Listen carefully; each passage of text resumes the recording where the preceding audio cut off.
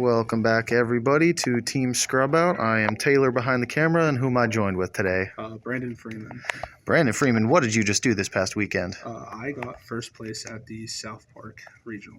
Hosted by Top Deck Cards and Games here in South Hills, Pennsylvania. All right, man. Any shout-outs before we get into the profile? Yeah. Shout out to the Green Tree boys, Alex, Tim, and Jason. We all got places in top 4. Shout out to Michael Cho, one of the best boys out there. And then shout out to the Waffles and Enthusiasm Remote Duel Discord. That's a great group of people. All right, man. Let's get into the profile. So for the regional, I played Fire King Snake Eyes. In my opinion, the better build for like going wide. But if you're going to a YCS, just play pure. It's a lot better. More hand traps, huh? Yeah, more hand traps, and like you can play like Lullaby. Lullaby is just that's another good card that I wish I could have played. But for the cards, I played 42 cards, starting out with 3 Ash. This card will probably get limited. I'm gonna be real with you. This card does too much. 2 Poplar. This card, I always like half the time I would draw one, and to be real with you, it always felt good to have one while doing full combo, because then if I got nibbed and I had no way to play around it off the temple, it was still a fire for me to pop off my Fire King Island, which comes up a lot. 1 Oak. If they hit this card, I wouldn't be mad. This card just generates 2 bodies, which is instant heat at dark, which for some reason is fair in this format. Plus, it's the better additional extender. Nobody's playing Birch, but if they get rid of that, you might have to get a. You might have to start playing Birch. I think if they got rid of this, you would play 2 Flamberge. You would go more to like the pure, where they're playing a Flamberge for their temple in the spell and trap zone. And then 1 Flamberge. This card's Block Dragon. Let's face it, it's just actually Block Dragon. For the Diabell Stars, I only played 2. To be honest, I was on 1, and then I noticed that like it was harder to play around the Bestial on it, and for their Dark, because half the time, like, what was it, against like pure Snake Eyes, they would always Dark take my Witch, and then a lot of people didn't know that you can, if they like link this off, you can activate the effect because it left the field by a card or effect. And then for the Fire King stuff, 2 Kieran. This is the correct number. If you want to play 1, you can, but you're really playing it for the Arvada line to play around the Nibiru. There was a lot of times where like the matchups, like I know they weren't ending on a negate or like playing like good cards, so I would go into the Kieran and prioritize this. Question: whenever you open Sanctuary or Island, do you ever start to try to search this card to play around the Imperm Veiler on normal summon, or do you prioritize playing around Droll more? I 100%. So I 100%. I honestly, I never did the Sanctuary first unless it was like to have Ash have a card to send for like to get into Poplar, because that's actually what I did a lot of times. Is like if they were playing pure, I would go Ash effect for Poplar so that I would get the temple or the original if I didn't have the Diabell Star, which then it made it harder for them to like try to see the line that I was going through if they wanted to nib me. Makes sense. Give yourself more options in the late game. Yeah, and then if any time that I could, I actually did not show the Fire King cards. Like half the time, like if I had Diabell Star and Kieran in hand with normal summon Ash, I would always just let them hand rip themselves, because it's just like there's no reason to Kieran anymore on Ash, because it just plays you into nib harder, and it also is just a body that you just want to have in your hand for their crackback. Fair enough. And then 1 Arvada. This card, honestly, normal summon this, activate Bonfire, strongest combo of that day. 1 Ponix, shout out to my boy Nick. And then my favorite card, Garunix. This card does so much on a body, and for some reason it just misses the text of "but banish it when it leaves the field" whenever it comes back. Right. It's same thing with the Princess in the extra deck. I don't know why they forgot that line of text. Yeah, it's kind of crazy. For non-engine, I played 12 hand traps, which a lot of people were questioning me on, but I played more for like a going wide hand trap selection. 3 Ash, 3 Nib. These were the only ones that I played 3 of because I wanted to see these cards the most. If I only opened this against like Pure or Fire King, I would never use it, because you're, like I said, like if you only open 1 hand trap, you're hand ripping yourself, which I feel like is horrible. And giving them an easy body to just make Princess with through the Exactly. Hita line. Yeah. 2 Mourner. This card was MVP. I actually won like two rounds because I would Mourner them, and then they would just link off with the body I Mourner. I'd be like, all right, you take that much Hey, damage. you're gonna burn. Yeah, you're gonna burn. I did that a lot in my Kashtira deck too. Shout out myself, 19th place. Yeah. 2 Valor. A lot of these cards, I'll be honest with you, a lot of the 2-ofs were more hand traps, but like leaning more towards another card that I was playing in here. And then 2 Imperm. The only reason why, like I said, the only reason why these are at 2 is because I wanted to have a 3-of slot for Crossout, which I played today. Which that card, solid in this format. Usually an MVP in the format. That's what when Chris won the last top deck, he said Crossout was MVP too. It's insane. Spells, 3 Wanted.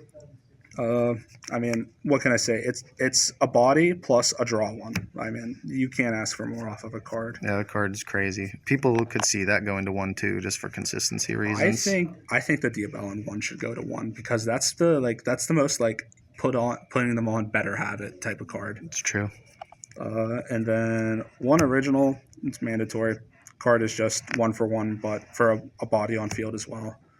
And then 1 divine. This card was another MVP in my case. I see a lot of lists not playing the divine in Fire King. I 100% think you should because you get to play around with your Snake Eye stuff, and also it like puts your opponent on like, oh, you're on pure, and then they'll hand trap you in a way where it plays you like you're playing pure. But then afterwards, you original with the Poplar you didn't use for your Ponix, and then they just gave you a body. Plus, you're getting 2 more off of this Island and Ponix for Garunix. Mm-hmm.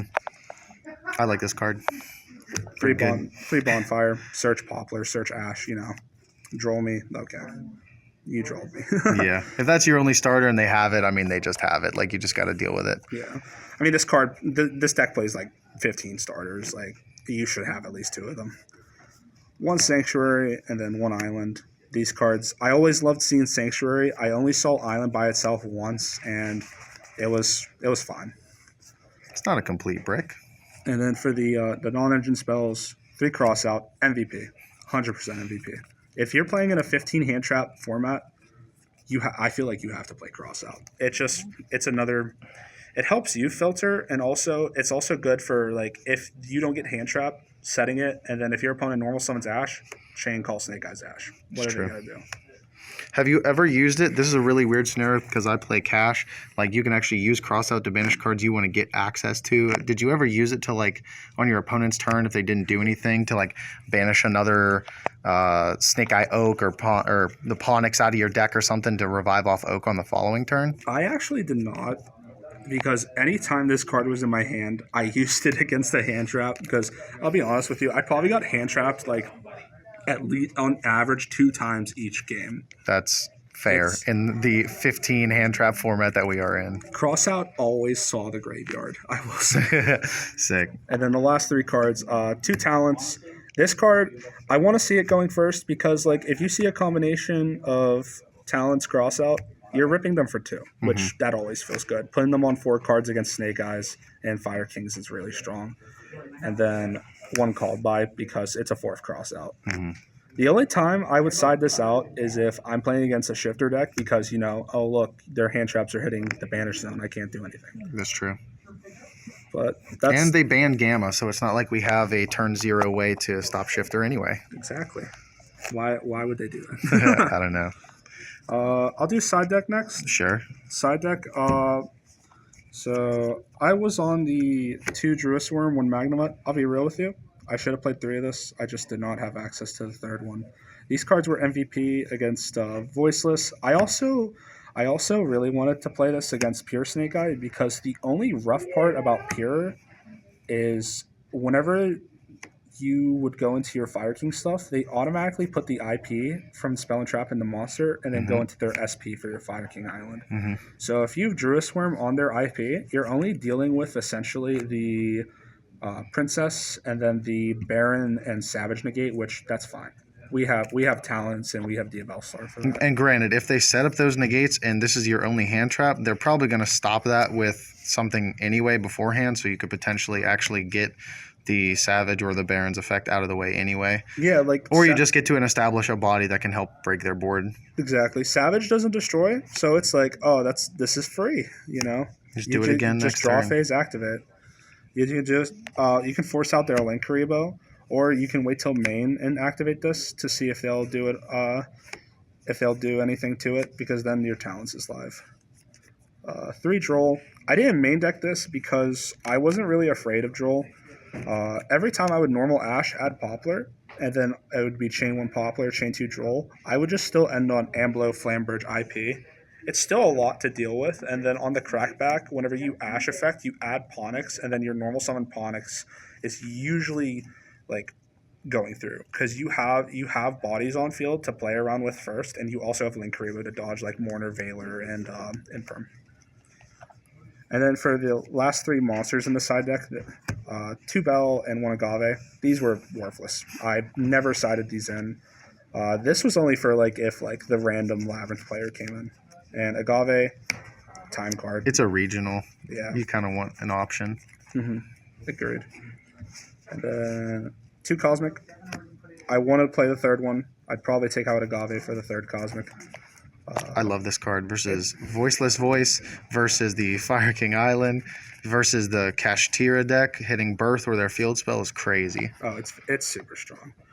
And then I played one more talent in the side. This was mainly because, like, if you're playing against Pure as well as Voiceless Voice, the Voiceless Voice ritual is really annoying to deal with because you always have to destroy the Novox, which then they just get it back. I believe it's another negate because it's once per copy, and then it also searches. But if you talents take their Novox and link off with it, they don't have their ritual spell live, and then you can just do whatever you want to them for free, which it was super strong. But to be real, I was very hesitant in siding this in. It was only against Voiceless and a lot of other rogue decks that I played against.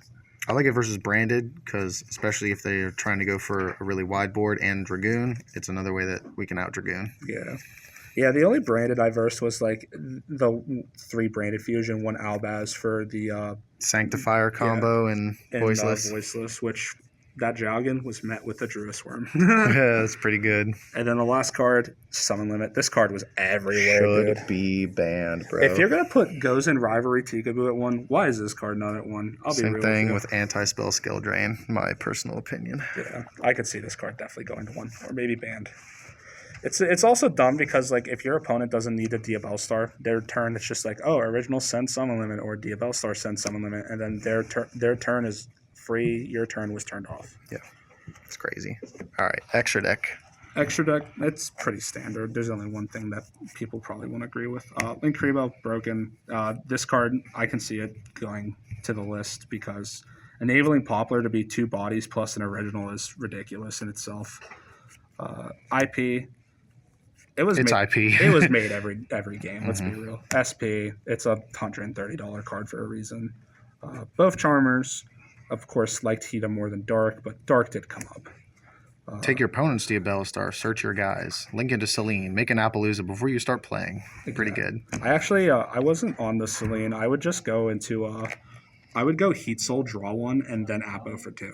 Ah, clever. Yeah, because then it's an Ambler Whale target if you have the Princess already on field. It's true.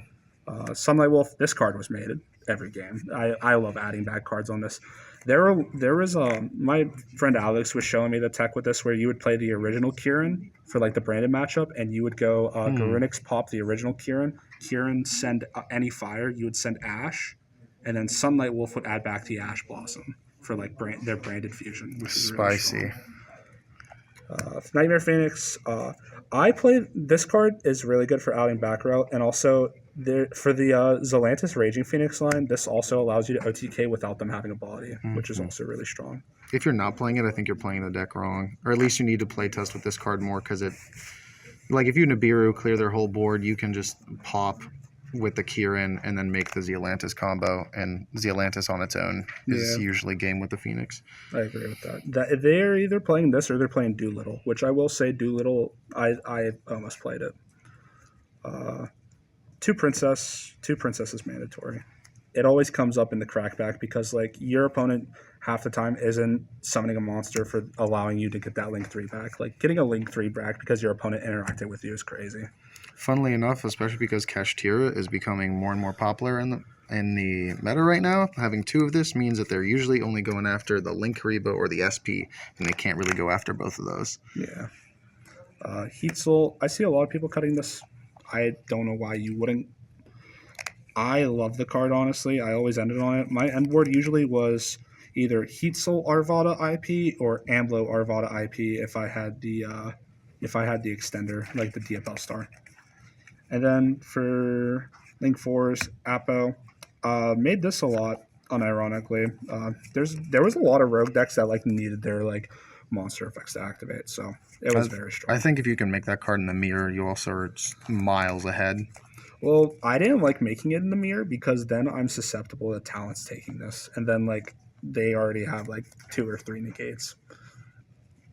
I just valued out grinding people. That's fair. Setting yourself up for more follow up is pretty good, and this deck is the Fire crazy. King stuff outgrinds pure Snake Eye for a mile, in my opinion. But Ambler Whale, I feel like if you're playing Fire King, you have to play this. The card's too much value. It's a pop, and it brings back a Link 3 or lower. Zelantis, Raging Phoenix. Shout out to Jimmy Wynn, the salad player of our locals. And then last card, it was my favorite. I know a lot of people didn't like it. Garunix Eternity. There's a lot of lines where I would end on Amblo Kieran with Sanctuary still on field, and then I would go Kieran pop. Kieran pop the Amblo, summon back Sunlight Wolf, and then I would Garunix back, go into pop Arvada, and then Arvada bring back Ponix, and then I would summon this in the extra monster zone, and then I'd be able to chain block it, so chain link 1, chain link 2, and then I would add back like Snake Eyes Ash, or I would add back Arvada, so that I could just normal summon Arvada and then play off of like my original engrave, adding back Poplar and then summoning it. It was super strong. It's crazy. Maybe we'll somehow get more people on this tech, but who knows? I think it's pretty solid, man. Well, thank you for sharing the list with the Team Scrub Out boys. Any changes, or do you want to go over your matchups at all? Changes, like I said, Agave, Bells, worthless cards. I would cut those immediately. Probably play more the third Cosmic and probably something else. And then matchups wise, it was a lot of like just the same stuff. Round 1 was Horror Stun. Then I played Voiceless Voice Branded, playing the Jowgen Lock. Then it was Pure Snake Eyes, Fire King, Pure Snake. Played against Sean Pittman in the mirror. Shout out to Sean Pittman. He's a homie in the Waffles and Enthusiasm. Regional grinder, man. Oh yeah, he was there for Worlds points. My only loss was to Kashtira Scareclaw. That deck is actually really funny, and I do like it. I do like how he plays it. Round 8 Flu, and then round 9 Fire King Snake Eye. So it was 3 Snake Eye or Fire King Snake Eye, 2 pure Fire King Snake Eye, or 2 pure Snake Eye, which that's what I was playing for the most. Yeah, man. Well, congratulations again. Got the win, got the mat, got the deck box, got the other deck box. Anything else you want to say before we peace out? Oh, all good. Awesome.